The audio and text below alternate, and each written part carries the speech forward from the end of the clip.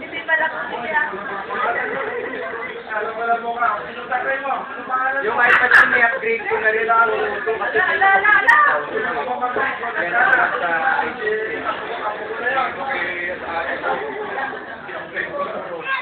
Sa kanya hindi pa siguro kasi hindi niya.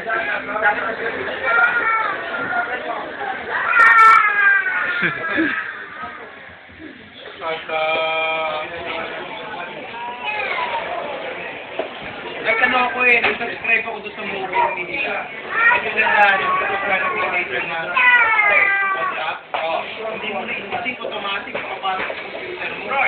O kaya mag-input ka sa computer mo automatic papasok sa iPhone mo. Wala na wala nang tablet.